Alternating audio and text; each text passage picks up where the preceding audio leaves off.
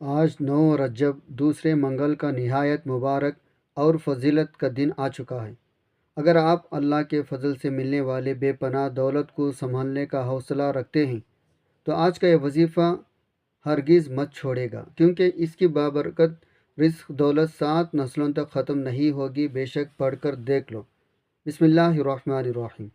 جو شخص ماہ رجب کی 9 تاریخ دوسرے منگل کے دن یہ وظیفہ پڑھ لیتا ہے، اس کے پورے سال کے دن پھر جاتے ہیں۔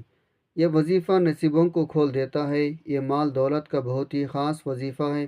اس کو پڑھنے والا اللہ پاک سے پورے سال کا رزق اور دولت لکھوا لیتا ہے۔ اگر آپ کے اوپر نظر بد ہے، جادو جنات کے معاملات ہیں، وہ سب کے سب ختم ہو جائیں گے۔ یہ وظیفہ اتنا خاص ہے، جب کوئی بندہ اس وظیفے کو 9 رجب منگل کے دن پڑھتا ہے، وہ اللہ رب العزت کا لاڈلا بن جاتا ہے۔ اللہ اسے اپنا قریب کر لیتا ہے، اتنا قریب کرتا ہے، اسے اپنا دوست بنا لیتا ہے۔ جب کوئی بندہ اللہ کا دوست بن جاتا ہے تو دنیا جہان کا کوئی بھی شخص اس کا کچھ بھی نہیں بگاڑ سکتا۔ رجب کا مہینہ جسے اللہ کا مہینہ کہا جاتا ہے، اس میں اللہ کی رحمت اپنے بندوں کو نوازنے کے بہانے ڈھونڈتی ہے۔ 9 رجب کی گھڑیاں بندے کو اللہ کا مقرب بنا دیتی ہے۔ یہ مہینہ سراپا رحمت ہے، جہاں نیکیوں کا ثواب 70 گنا تک بڑھا دیا جاتا ہے۔ رجب کے مہینے کی عظمت کو اگر سمجھ لیا جائے تو انسان کی زندگی کا رخ بدل سکتا ہے۔ یہ وہ مہینہ ہے جس کے بارے میں بزرگان دین فرماتے ہیں، رجب پنج بونے کا مہینہ ہے، بیج بونے کا مہینہ ہے، شعبان اس کے بیج کو سینچنے کا مہینہ ہے، رمضان اس کے فصل کاٹنے کا مہینہ ہے۔ جو بندہ رجب کے مہینے میں اللہ سے جڑ جاتا ہے اور رمضان تک آتے آتے خود کو بدلا ہوا پاتا ہے۔ اسی لیے کہا جاتا ہے، رجب میں کیے گئی ایک سچی دعا آنے والے پورے سال کی تقدیر بدل دیتی ہے۔ آج 9 رجب منگل کے دن کی خاص بات یہ ہے، یہ دن نیتوں کو طاقت دیتا ہے، ٹوٹے ہوئے حوصلوں کو جوڑ دیتا ہے، نا امیدی کے اندھیروں میں امید کا چراغ جلا دیتا ہے۔ بہت سے لوگ کہتے ہیں ہم نے بہت وظیفے پڑھے مگر کچھ نہیں ملا۔ یاد رکھیں، مسئلہ وظیفے کا نہیں ہوتا، مسئلہ یقین ہوتا ہے۔ جب دل پورے طرح اللہ کے سامنے جھک جاتا ہے تو لفظوں میں تاثیر آ جاتی ہے، پھر آسمان سے فیصلے زمین پر اترتے ہیں۔ اللہ تعالیٰ فرماتا ہے، میں اپنے بندے کے گمان کے مطابق اس کے ساتھ معاملہ کرتا ہوں۔ اگر بندہ گمان اچھا رکھے تو اللہ بھی عطا فرماتا ہے۔ اس لیے آج کے دن یہ وظیفہ پڑھ کر یہ نہ سوچے کہ ملے گا یا نہیں، بلکہ یہ سوچے اللہ کیسے دے گا، کیونکہ اللہ کے لیے دینا کوئی مشکل نہیں۔ وہ ایک لمحے میں فقیر کو امیر اور محتاجی کو غنی دے دیتا ہے۔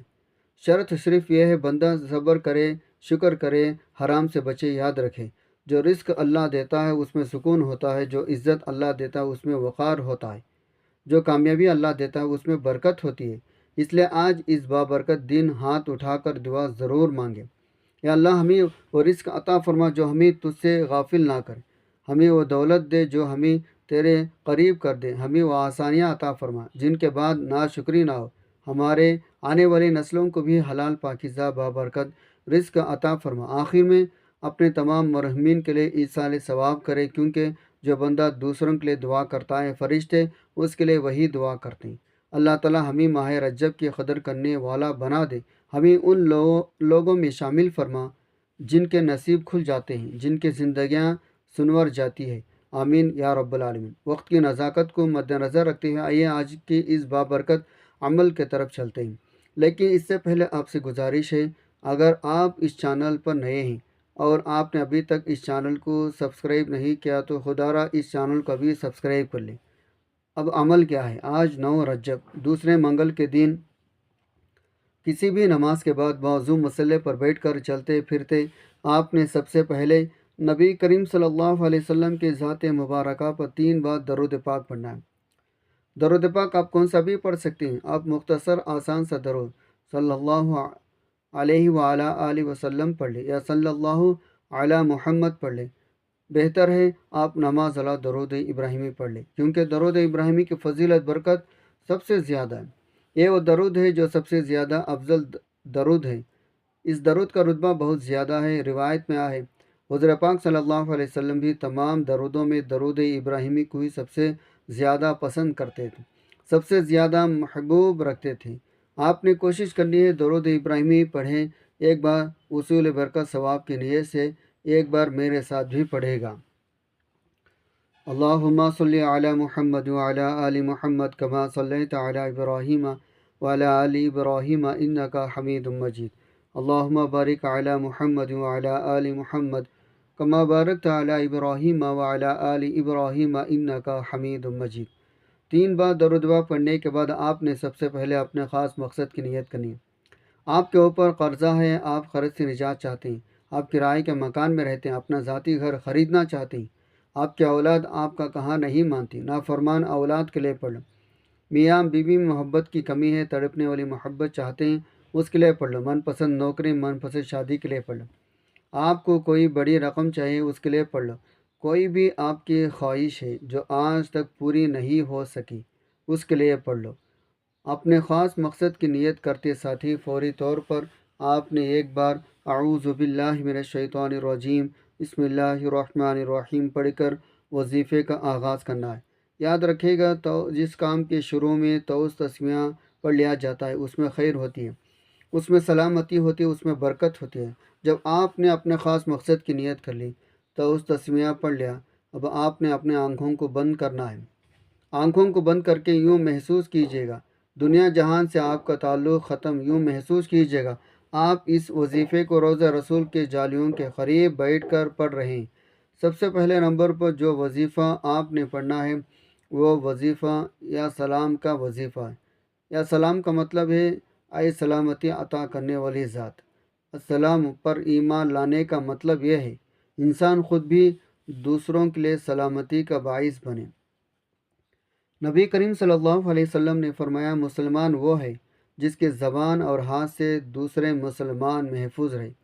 اگر آپ چاہتے ہیں آپ کے اوپر اللہ تعالیٰ اپنے سلامتی عطا فرمائے تو آج آپ نے پہلے نمبر پر یا سلام کا وظیفہ پڑھنا ہے۔ یہ وظیفہ آپ نے کیسے پڑھنا ہے اور کتنے بار پڑھنا ہے توجہ کیجیے گا۔ یا سلام 1 بار ہو گیا، یا سلام 2 بار ہو گیا، یا سلام 3 بار ہو گیا۔ اس طرح سے آپ یا سلام کو ہاتھوں کی انگلیوں پر پڑھ لیں یا تسبیح کے دانوں پر پڑھ لیں۔ آپ نے صرف 11 بار پڑھنا ہے۔ السلام جس کے معنی ہی سلامتی، عیب سے پاک ہونا، امن کے ہیں۔ اللہ تعالیٰ ہر قسم کے نقص، عیب، زوال، کمزوری سے پاک ہے۔ وہ اپنے مخلوق کو آفتوں، بلاؤں، مصیبتوں سے سلامتی عطا کرنے والا ہے۔ جنت کو بھی اسی لیے دارالسلام، سلامتی کا گھر کہا جاتا ہے، کیونکہ وہاں کوئی دکھ یا تکلیف نہیں ہوگی۔ پہلے نمبر پر صرف 11 بار یا سلام پڑھنے کے بعد آپ نے دوسرے نمبر پر جو وظیفہ پڑھنا ہے وہ وظیفہ قرآن پاک کی ایک سورت کا وظیفہ ہے۔ وہ سورت سورہ کوثر ہے۔ سورہ کوثر قرآن مجید کی مختصر ترین سورت ہے، لیکن یہ سورہ بہت ہی زیادہ معجزات کے حامل ہے۔ رزق میں وسعت کے لیے، پریشانوں سے نجات کے لیے بہت ہی اہم سورت ہے۔ تو آپ نے اس سورہ مبارکہ کو خلوص دل نیت کے ساتھ پڑھنا ہے۔ ثواب کی نیت سے ایک بار سورہ کوثر کی تلاوت سماعت فرما لیں۔ بسم اللہ الرحمن الرحیم انا اعطیناک الکوثر وصلی لربک وانحر ان شانئک هو الابتر۔ سورہ کوثر آپ ہاتھوں کے انگلیوں پر پڑھ لیں یا آپ تسبیح کے دانوں پر پڑھ لیں۔ آپ نے صرف 33 بار پڑھنی ہے۔ علماء اکرام، بزرگان دین کا کہنا ہے اگر کوئی شخص دشمنوں کے مخالفت یا ان کی شر سے پریشان ہو تو اسے کثرت سے سورہ کوثر کی تلاوت کرنی چاہیے۔ یہ سورت اس بات کی گواہی ہے اللہ اپنے نیک بندوں کا دفاع خود کرتا ہے اور ان کا مذاق اڑانے والوں کو ناکام کر دیتا ہے۔ ایک حدیث کا مفہوم ہے جو شخص اس سورت کو تلاوت کرتا ہے اللہ تعالیٰ اسے جنت کی نہروں حوض کوثر سے سیراب فرمائے گا۔ میدان محشر میں جب پیاس کی شدت ہوگی تو اس سورت کو پڑھنے والوں کے لیے شفاعت کا ذریعہ بنے گی۔ جب آپ دوسرے نمبر پر سورہ کوثر 33 بار پڑھ لیں، اب آپ نے تیسرے اور آخری نمبر پر کون سا وظیفہ پڑھنا ہے یہ سمجھ لیں۔ تیسرا وظیفہ آپ نے یا غنی کا پڑھنا ہے۔ یا غنی پڑھنے سے آپ مالدار ہو جائیں گے۔ آپ کی جتنی بھی رزق کی تنگی ہوگی وہ ساری ختم ہو جائے گی۔ آپ کے اوپر جتنا بھی قرضہ ہوگا وہ اتر جائے گا۔ آپ جس چیز میں ہاتھ ڈالیں گے وہ سونا ہو جائے گی۔ آپ نے یا غنی کو کیسے پڑھنا ہے اور کتنے بار پڑھنا ہے توجہ کیجیے گا۔ یا غنی 1 بار ہو گیا، یا غنی 2 بار ہو گیا، یا غنی 3 بار ہو گیا۔ اس طرح سے آپ یا غنی کو ہاتھوں کی انگلیوں پر پڑھ لیں۔ یا تسبیح کے دانوں پر پڑھ لیں۔ آپ نے صرف 21 بار پڑھنا ہے۔ اللہ کا نام الغنی اس بات کی گواہی ہے وہ ذاتی طور پر بے نیاز ہے۔ کائنات کی تمام مخلوقات، انسان، جن، فرشتے، چرند پرند اپنے بقا کے لیے لمحہ با لمحہ اللہ کے محتاج ہیں، جبکہ اللہ کسی کی عبادت کی، کسی کے مال یا کسی کی مدد کی ضرورت نہیں۔ جب بندہ یا غنی پکارتا ہے تو دراصل اپنی عاجزی، فقیری کا اعتراف کر رہا ہوتا ہے۔ جب بندہ خود کو فقیر ظاہر کرتا ہے، اللہ کی صفت غنا جوش میں آتی ہے۔ پہلے نمبر پر آپ نے السلام کو 11 بار پڑھنا ہے۔ دوسرے نمبر پر آپ نے سورہ کوثر 33 بار پڑھنی ہے۔ تیسرے نمبر پر آپ نے 21 بار یا غنی پڑھنا ہے۔ جب آپ یہ سارے عمل بتا گئے طریقے ترتیب سے پڑھ لیں، اس کے بعد آخر میں درود پاک پڑھ لیں جو آپ نے عمل کے شروع میں پڑھا تھا۔ یہ وظیفہ بتائے گئے طریقے ترتیب سے پڑھنے کے بعد آپ نے اللہ تعالیٰ کے بارگاہ میں رو رو کر، گڑ گڑا کر، سچے دل سے توبہ کرتے ہوئے اپنے گناہوں کی معافی مانگنی، اپنے بہترین مستقبل کے اور پریشانیوں کے حل کے لیے، پیسوں، رزق کی تنگ دستی کو دور کرنے کے لیے، اپنے اولاد کی بہتری کے لیے، اپنے روزگار میں ترقی کے لیے، جو بھی آپ کی دلی مراد ہیں، بڑی سے بڑی حاجت ہو، جتنی بھی مرادیں ہو، ان کو پورا کروانے کے لیے اللہ تعالیٰ کی بارگاہ میں دعا کرنی ہے۔